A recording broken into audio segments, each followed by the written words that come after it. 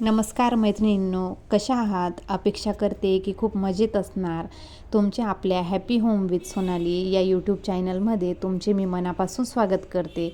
कालच्या व्हिडिओला तुम्ही खूप चांगला प्रतिसाद दिला, त्याचे मी तुमचे आभार मानते आणि इथून पुढे माझे जे डेली ब्लॉग येतील त्यालाही तुम्ही खूप चांगला प्रतिसाद देणार अशी अपेक्षा करते. माझे हे डेली ब्लॉग हा माझा जीवनाचा एक पार्ट आहे. जे जीवन मी जगत आहे तेच मी तुम्हाला दाखवते, त्याच्यापेक्षा वेगळं मी काहीही दाखवत नाही आहे तुम्हाला. मी एक हाऊसवाईफ पण आहे आणि आत्ताच मी रिसेंटली एक वर्क फ्रॉम होम म्हणजे जॉबही चालू आहे माझा. 2 मुलं सांभाळून मी तेही काम करते आणि माझं घरही व्यवस्थित सांभाळते. माझे व्हिडिओ बघितल्यानंतर कदाचित काही महिलांना प्रेरणाही मिळेल आणि त्यांच्याही आयुष्याची सुरुवात माझ्यासारखी करू शकतात. माझीही 2 लहानच मुलं आहेत, तरीसुद्धा मीही मुलांना सांभाळून दुसरंही काम करण्याचा प्रयत्न करते. मी म्हणत नाही आहे की तुम्हालाही लहान मुलं आहे तर तुम्ही माझ्यासारखं अनेक कामं करायला पाहिजे. ज्याची त्याची चॉईस असते. कोणाला आवडतं, कोणाला नाही आवडत. पण मी माझं फक्त डेली लाईफ तुमच्यासोबत शेअर करते. आत्ता मी सध्याच वर्क फ्रॉम होमही चालू केलं आहे, तेही म्हटलं तुमच्यासोबत शेअर करावं.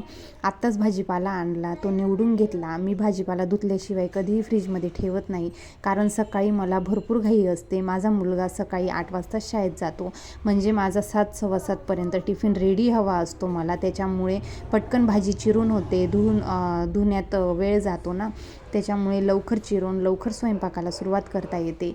आणि माझं फ्रीज असं मी नेहमी क्लीन ठेवण्याचा प्रयत्न करते, की असं नाही करत की खूपच घाण झालं आणि मग ते एकाच वेळी सगळं काढायचं आणि धुवायचं. तसं नाही करत मी. मला जेव्हाही वेळ मिळतो, जेव्हाही मी फ्रीज उघडते, मला घाण दिसली की मी त्याच वेळी साफ करणं पसंत करते.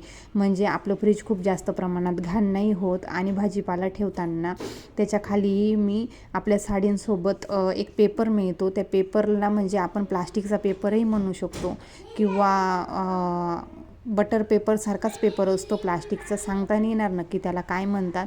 पण ते पेपर मी सांभाळून ठेवते. आणि जेव्हा असा भाजीपाला ठेवायचा असतो की मी त्याच्या खाली त्या बास्केटमध्ये त्याच्या खाली तो पेपर ठेवलेला आहे, म्हणजे डायरेक्ट बास्केट ही आपली घाण होत नाही भाजीपाला ठेवल्यामुळे.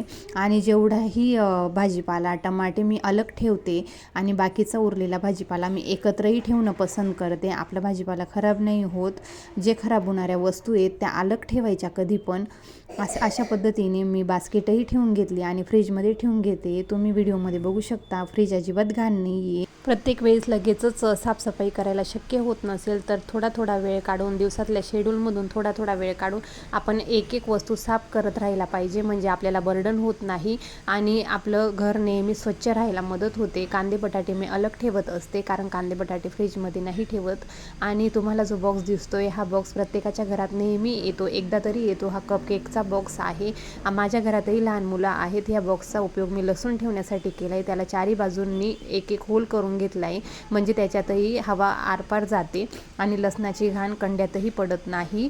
चला आता ते काम झालंच. आता पालेभाज्या निवडून घेते. आजच्या व्हिडिओमध्ये जो बॅकग्राऊंडला म्युझिक ऐकायला येतोय, जे बांधकामाचा आवाज येतोय, तो इग्नोर करा.